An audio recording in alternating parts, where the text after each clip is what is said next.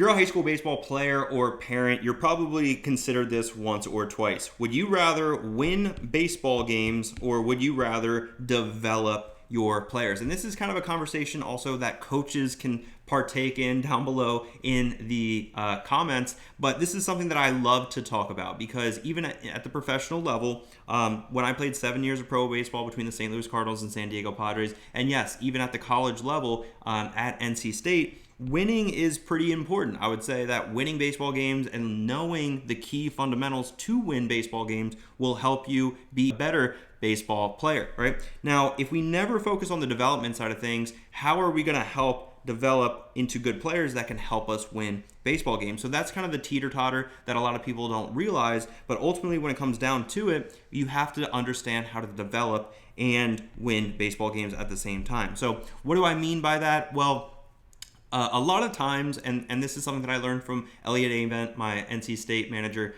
when I was there from 2015 to 2017, is every out, every at-bat should be technically treated the same. Unfortunately, that's not how baseball really is. For whatever reason, the 8th and 9th inning are way more valuable for whatever reason to a pitching staff or to the manager or to the hitter. They're just more intense because the game is on the line. Well, guess what?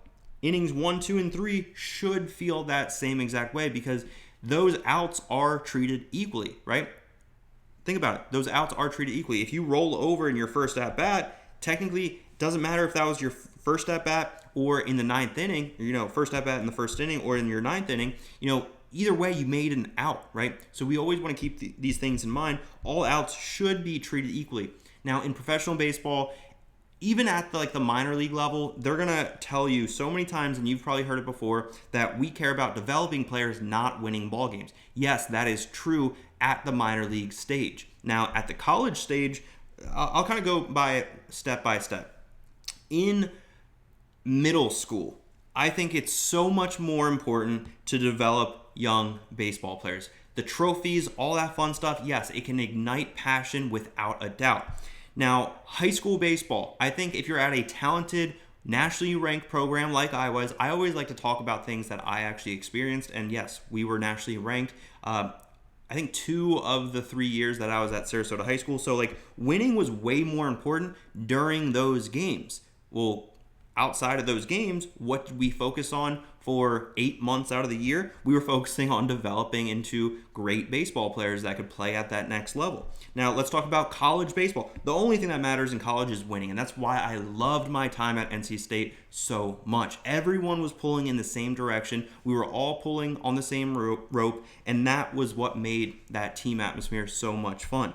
Yes, we still developed outside of those games. We were in the gym. We were focusing on, perfecting our craft. But the thing that outweighed everything was winning those ball games. Because if those college coaches are losing ball games, well, guess what happens, right? They're not going to, have a job the next year.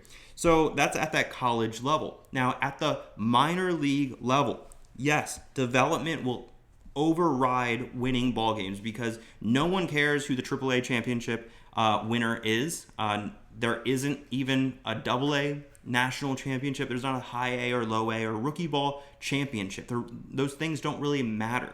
And I could be incorrect about those things. And if I am, that just shows you, it proves the point. Guys, I played 7 years of pro ball. I've never even heard of those things. And please prove me wrong because that would also emphasize the fact that development matters so much more than winning at the minor league level. Now, let's talk about in the MLB. Which one matters more, winning or development?